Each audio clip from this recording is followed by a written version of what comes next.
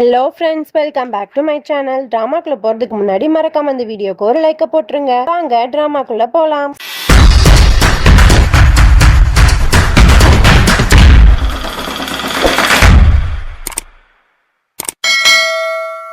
Starting சீன்ல நம்ம ரதன் சிங்கை தான் காட்டுறாங்க. அவன் வந்து அவங்க அப்பா ஒரு ப்ராமிஸ் கேட்டிருப்பார்ல, அதை நிறைவேற்றணும் அப்படிங்கிறதுக்காக உட்காந்து யோசிச்சுட்டே இருக்கான். அப்போ யாஷும் அத்தக்காரியும் நிற்கிறாங்க. அவங்க கிட்ட பயங்கரமா புலம்பிட்டே இருக்கான். இந்த மாதிரி நான் தியாவுக்கு என்ன பண்ணுவேன், அவளுக்கு எப்படியாவது கல்யாணம் பண்ணி வைக்கணுமே, இப்போ நான் என்ன பண்றது, நான் அப்பாவுக்கு வந்து ப்ராமிஸ் பண்ணி கொடுத்துருக்கேன், அதை வந்து காப்பாற்றணுமே, இப்போ என்ன பண்ணலாம் அப்படிங்கிற மாதிரியே யாஷ் கிட்டே அத்தைக்காரிக்கிட்டே மாற்றி மாற்றி புலம்பிகிட்டே இருக்கான்.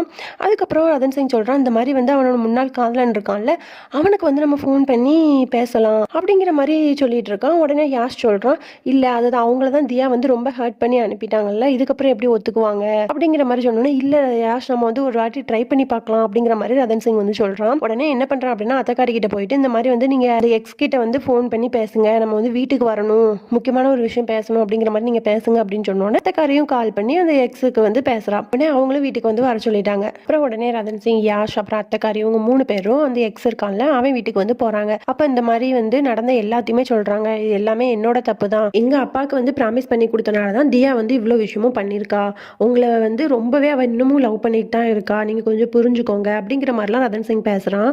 ஆனால் அந்த எக்ஸ் வந்து ஒத்துக்கவே மாட்டான். நான் எவ்வளோ கஷ்டப்பட்டிருக்கேன்னு எனக்கு தான் தெரியும் அப்படிங்கிற மாதிரி சொல்லிட்டு டக்குன்னு ஒரு கண்ணாடி கிளாஸ் எடுத்து கீழே போடுறான். அது வந்து நல்லா நொறுங்கிடுது. உடனே அந்த எக்ஸ் சொல்கிறான், இந்த மாதிரி ஒரு கண்ணாடி கிளாஸ் உடஞ்சிருச்சுல, இதை நீங்கள் திரும்ப ஒட்ட வச்சா பழைய மாதிரி இருக்குமா, இருக்காதுல்ல, அது மாதிரி தான் எனக்கும்.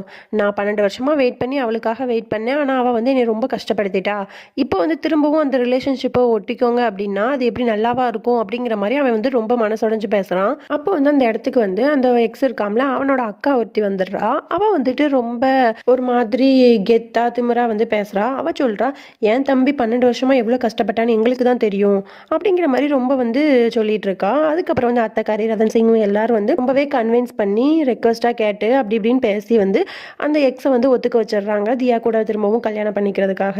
அதுக்கப்புறம் அப்படியே நம்ம தியாவையும் அவங்க அக்காவையும் தான் காட்டுறாங்க. அவங்க 2 பேரும் அவங்களோட வீட்டுக்கு போயிட்டாங்க.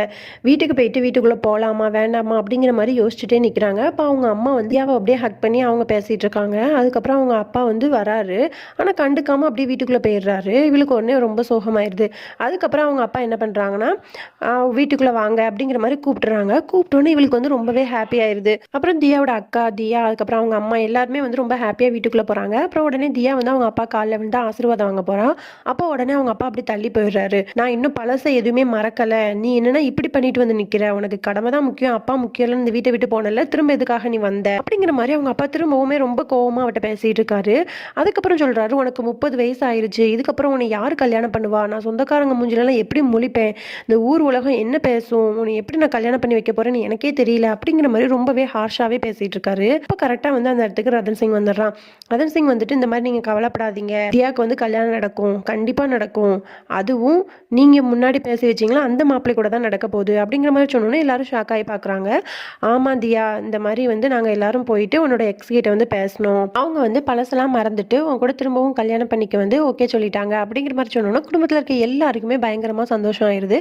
அதுக்கப்புறம் ரதன் சிங் சொல்கிறான், இந்த மாதிரி நீங்கள் கவலைப்படாதீங்க, எல்லா பொறுப்பையும் நானே முன்னாடி நடத்தி வைப்பேன் அப்படிங்கிற மாதிரி சொல்லிட்டு அப்புறம் எல்லாரும் வந்து ஹாப்பியாக பேசிகிட்டு இருக்காங்க. அதுக்கப்புறம் தியா வந்து பின்பக்கமாக போயிட்டு ரொம்ப கூலாக இருக்குது அப்படிங்கிற மாதிரி சொல்லிட்டு வந்து நெருப்புலாம் போட்டு அதில் வந்து வெது வெதுப்பாக வந்து குளிர் காஞ்சிட்டு இருக்கா. அப்போ அந்த டைமில் ரதன் சிங் போயிட்டு தியா ஒரு ஷாலை வந்து அவன் வீட்டில் வந்து மிஸ் பண்ணியிருப்பான், அந்த ஷாலை ரெட் கலர் ஷாலை அதை வந்து தியா மேலே போத்தி விடுவான். போத்தி விட்டு, என்ன தியா ரொம்ப ஹாப்பியாக இருக்கா போல, உனக்கு பிடிச்ச லைஃப் வந்து உனக்கு கிடைக்க போகுது அப்படிங்கிற மாதிரி சொல்லி ரொம்ப ஜாலியாக வந்து பேசிட்டே அந்த நெருப்பு அப்படியே சுற்றிட்டே வந்து தியாவோட கையை பிடிச்சி அவன் வந்து ஜாலியாக பேசிகிட்டு இருக்கான். தியாவும் வந்து ரொம்ப ஃபன்னாக பேசிகிட்டு இருக்கான். உனக்கு பொருத்தமானது வந்து கண்டிப்பாக வந்து உன்னோட எக்ஸ் தான் தியா, அதனால நீ ஒன்றும் கவலைப்படாத, உன்னோட கல்யாண பொறுப்பு எல்லாத்தையும் நான் பார்த்துக்கிறேன், எல்லாமே ஹாப்பியாக உனக்கு எப்படி கனவு கண்டியோ அதே மாதிரி நடக்கும் அப்படிங்கிற மாதிரிலாம் சொல்லி ஜாலியாக பேசிட்டு இருக்காங்க. அப்போ அந்த இடத்துல ஒரு குட்டி பொண்ணு வந்துட்டு, என்ன உங்க 2 பேருக்கு என்ன கல்யாணமா அப்படிங்கிற மாதிரி கேட்குறா. ஏன் அந்த பொண்ணு அப்படி கேட்டிருப்பானா, அவங்க 2 பேரும் கையை பிடிச்சிட்டு தலையில அந்த ரெட் கலர் ஷால் மாதிரி மேலேயும் போட்டுட்டு அந்த நெருப்பையும் அவங்க சுற்றி சுற்றி வந்து பேசிட்டு இருக்காங்கல்ல, அதை பார்க்கும்போது கல்யாணத்தோட அந்த ஃபீல் தானே இருக்கும். அதனால அந்த பொண்ணு வந்து அப்படி கேட்பா. உடனே டக்குன்னு ரதன் சிங் வந்து ஷாக் ஆகிட்டு, ஐயோ செட்டப்பை பார்க்க கல்யாண செட்டப் மாதிரி இருக்கே, ஐயோ தப்பே அப்படின்னு சொல்லிட்டு டக்குனு வந்து இல்லையே நாங்கள் ஜாலியாக வந்து கையை பிடிச்சி ரவுண்டாக வந்து நாங்கள் நடந்துட்டு இருக்கோம், வேற ஒன்றும் இல்லை அப்படிங்கிற மாதிரி சொல்லி சமாளிச்சிடறான். அதுக்கப்புறம் அப்படியே வந்து நெக்ஸ்ட் டே ஆகிடுது. இப்போ தியா குடும்பத்தில் இருக்க எல்லா லேடிஸும், அதுக்கப்புறம் அந்த எக்ஸ் இருக்கான்ல அவனோட அக்கா, அவங்க எல்லாரும் வந்து சடங்குலாம் பண்ணிட்டு இருக்காங்க. அப்போ அந்த எக்ஸோட அக்கா வந்து என்ன சொல்றா அப்படின்னா, இந்த மாதிரி 12 வருஷத்துக்கு முன்னாடி இந்த மாதிரி தான் ஃபங்க்ஷன் நடந்துச்சு, அதில் என்னோட பேரண்ட்ஸ்லாம் இருந்தாங்க, ஆனால் இப்போ அவங்க இல்லை, நான் மட்டும் தான் தனியாக பண்ணுறேன், எல்லாமே ரொம்ப மிஸ் பண்ணுறேன் அப்படிங்கிற மாதிரி அவள் வந்து தியாவை குத்தி காட்டுற மாதிரியே பேசிகிட்டு இருக்கா. அதுக்கப்புறம் அவளே வந்து சமாளிக்கிறான், ஐயோ நான் ஏன் இப்படி இந்த நல்ல நேரத்தில் இந்த மாதிரிலாம் பேசிகிட்டு இருக்கேன், சரி நம்ம சடங்குலாம் ஆரம்பிப்போம் அப்படிங்கிற மாதிரி சொல்லிட்டு கையில் வந்து ஃபஸ்ட்டு கையில் வந்து பொட்டு இருக்குல்ல அதை வந்து கொடுத்துட்டு, இந்த மாதிரி இனி வந்து ஹோட்டலில் என்னென்ன பண்ணணும் அப்படிங்கிறத யோசிக்காமல் இனி டெய்லி என்னென்ன கலர்லலாம் நெத்தியில் பொட்டு வச்சுக்கலாம் அப்படிங்கிறத பற்றி யோசி அப்படிங்கிற மாதிரி சொல்லி பொட்டை வந்து கையில் கொடுக்குறா. அதுக்கப்புறம் மெஹந்தியை கையில் கொடுத்துட்டு, இந்த மாதிரி ஹோட்டலுக்காக என்ன அவார்டு கையில் வாங்கலாம் அப்படிங்கிற மாதிரி யோசிக்காம இனி கை ஃபுல்லாக மருதாணி வச்சுக்கலாம் அப்படிங்கிற மாதிரி யோசி அப்படிங்கிற மாதிரி மருதாணியை கையில் கொடுக்குறா. அதுக்கப்புறமா வந்து ரெட் கலர் பேங்கிள் இருக்குல்ல அதை கையில் கொடுத்துட்டு, இந்த மாதிரி கன்னு வால் அதோட நீ வந்து போராடாமல் கை நிறைய வந்து ரெட் கலரில் வளையல் போட்டுக்கோ, அதை பற்றி யோசி, எல்லா ஸ்ட்ரெஸ்ஸையும் வந்து ஓரமாக வச்சுக்கோ அப்படிங்கிற மாதிரி வந்து எல்லாத்தையும் சொல்லிட்டு கையில் கொடுக்குறா. அப்புறம் வந்து எனக்கு இந்த கல்யாணத்தில் வந்து சம்மதம் அப்படிங்கிற மாதிரி சொல்லி, இது வந்து அவங்க சைடில் உள்ள சடங்குகள் போல் அதெல்லாம் பண்ணி முடிச்சுட்டு அப்படி நிற்கிறாங்க. எல்லாரும் ரொம்ப ஹாப்பியாகிறாங்க. அப்போ டக்குன்னு நம்ம ரதன் சிங் வந்துட்டு, ஆமாம் இனி வந்து தியாவுக்கு எந்த விதமான ஸ்ட்ரெஸ்ஸும் இருக்காது, அவளோட ட்ரீமான அந்த கல்யாணம் எப்படி நடக்க போகுது அந்த கவலை மட்டும்தான் அவளுக்கு இருக்கும், மற்றபடி எந்த விதமான ஸ்ட்ரெஸ்ஸும் அவளுக்கு இருக்காது, என் ஃப்ரெண்டு வந்து எப்போவுமே ஹாப்பியாக இருப்பா அப்படிங்கிற மாதிரி பேசிக்கிட்டே வந்து தியாவோட பக்கத்தில் உட்காந்துட்டு கையை வந்து ஷோல்டரில் போட்டுக்கிறான். இதை பார்த்தோன்னே அந்த எக்ஸோட அக்காவுக்கு வந்து பயங்கரமாக கோவம் வந்துடுது. டக்குன்னு வந்து இது ரதன் சிங்கோட கையை வந்து எடுத்து அந்த பக்கமாக போட்டுடுறா. உடனே இதை பார்த்தோன்னா குடும்பத்தில் இருக்க எல்லாருக்குமே வந்து ஷாக் ஆயிடுது.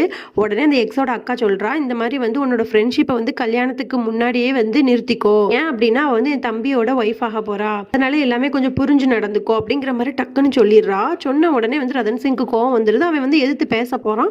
உடனே அத்தக்காரி வந்து ரதன் சிங் அங்கே வேலை இருக்கு, நீ அதை போய் பாரு அப்படிங்கிற மாதிரி சொல்லி அங்கேருந்து அனுப்பி விட்டுறா. அதுக்கப்புறம் அந்த எக்ஸோட அக்கா என்ன பண்றா அப்படின்னா, ஒரு கை நிறைய ஒரு கட்டு பணத்தை எடுத்து தியாக்கு வந்து திருஷ்டி சுற்றி அங்கே இருக்க வேலைக்காரங்கிட்ட போக போறா. அப்போ டக்குன்னு மீசக்காரன் வந்து அதை வாங்கி வச்சுக்கிறான். அவன் ஒரு காமெடி பீஸில், அதனால் அந்த துட்டு பைத்தியம்ல, அதனால் அதை வாங்கி வச்சுக்கிறான். அதுக்கப்புறம் எல்லாருமே வந்து சந்தோஷமாக என்கேஜ்மெண்ட் முடிஞ்சிட்டு அப்படின்னு சொல்லிட்டு எல்லாரும் கிளம்பிடுறாங்க. அதுக்கப்புறம் வந்து ரதன் சிங் வந்து பயங்கர கோவமாக அந்த டெக்கரேஷன்லாம் பண்ணுவாங்களே அவங்கள வந்து கோவத்தில் வந்து இப்படி பண்ணுங்க அப்படி பண்ணுங்க அப்படிங்கிற மாதிரி திட்டிகிட்டு இருக்கான். அவனை அத்தக்காரி வந்து எதுக்கு இவ்வளோ கோவப்பட்டுட்டு இருக்க, இங்கே பாரு ரதன் சிங், அவளுக்கு வந்து கல்யாணம் ஆக போகுது, அதனால நீ வந்து எங்கே எப்படி நடந்துக்கணும் கொஞ்சம் பார்த்து நடந்துக்கோ அப்படிங்கிற மாதிரி சொல்லிட்டு 4 அட்வைஸையும் போட்டுறான். அதுக்கப்புறம் நம்ம அப்படியே நமக்கு தியாவை தான் காட்டுறாங்க. அவளுக்கு வந்து இந்த கல்யாணங்கிறது வந்து ஒரு கனவு இல்லை, அதனால அங்கே வந்து திங்ஸ் எல்லாம் அப்படி தொட்டு பார்த்து ரசிச்சுட்டு இருக்கா. அப்போதான் தியாக்கு வந்து ஒரு விஷயம் ஞாபகம் வருது. என்ன அப்படின்னா, அந்த எக்ஸோட அக்கா இருக்கால அவ சொல்லியிருப்பா, இந்த மாதிரி நீ வந்து இனி வந்து ஒரு குட் ஒய்ஃபா எப்படிலாம் இருக்கணும், எல்லா பொறுப்பையும் பார்த்துக்கணும் அப்படிங்கிறதுல கான்சென்ட்ரேட் பண்ணு அப்படிங்கிற மாதிரிலாம் சொல்லி அட்வைஸ் பண்ணியிருப்பா. உடனே அதை யோசிச்சு பார்த்துட்டு, ஐயோ நமக்கு குக்கிங் சுத்தமாக வராது, இப்போ நம்ம என்ன பண்ணுறது அப்படிங்கிற மாதிரி யோசிச்சுட்டு சப்பாத்தி முக்கா மாவு பிசைஞ்சு அதெல்லாம் போட்டு பார்த்துட்டு இருக்கா. அவளுக்கு எதுவுமே பண்ண தெரியல, ஏன்னா அவளுக்கு ஒரு டீ கூட போட தெரியாதுல்ல. அப்போ அவளால் முடியவே இல்லை. அப்போ அந்த இடத்துக்கு வந்து யாஷ் வரான். யாஷ் வந்துட்டு, என்ன தியா குக்கிங் ப்ராக்டிஸா அப்படிங்கிற மாதிரி கிண்டல் பண்ணுறான். ஆமாம் யாஷ், என்ன பண்ணுறது, நான் வந்து ஒரு நல்ல ஒய்ஃபாக இருக்கணும்னா ஃபஸ்ட்டு சமைச்சு கொடுக்கணும்ல அவனுக்கு அப்படிங்கிற மாதிரிலாம் யோசிச்சு சொல்லிட்டு இருக்கான். உடனே ஆமாம் அப்படின்னு சொல்லிட்டு யாஷும் வந்து கொஞ்சம் இப்படி பண்ணு அப்படி பண்ணுன்னு சொல்லிட்டு கொஞ்சம் ஹெல்ப் பண்ணுறான். ஓ உனக்கு யாஷ் இதெல்லாம் எனக்கு தெரியுமா அப்படிங்கிற மாதிரி கேட்குறா. ஆமாம் இதெல்லாம் சிம்பிள் தியா அப்படிங்கிற மாதிரி சொல்லி அவளை கிண்டல் பண்ணிட்டு இருக்கான். அதுக்கப்புறம் யாஷும் தியா உட்காந்து பேசிட்டு இருக்காங்க. அப்போ யாஷ் வந்து ஒரு இன்விடேஷன் கார்டு எடுத்து கொடுக்குறான். எப்படி இருக்குன்னு பாரு தியா அப்படிங்கிற மாதிரி சொல்கிறான். உடனே தியாவும் அதை ஓப்பன் பண்ணி பார்த்துட்டு அதில் வந்து தியாவோட பேரும், அதாவது அவள் கல்யாணம் பண்ணிக்க போகிறாள்ல அந்த மாப்பிள்ளையோட பேரும் போட்டிருக்கு. பார்த்தோன்னா தியாவுக்கு வந்து ரொம்பவே சந்தோஷமாக இருக்குது. ஓகே ஃப்ரெண்ட்ஸ், இதோட நம்ம இந்த பார்ட்டை முடிச்சுக்கலாம். நாளைக்கு பார்க்கலாம். பாய்.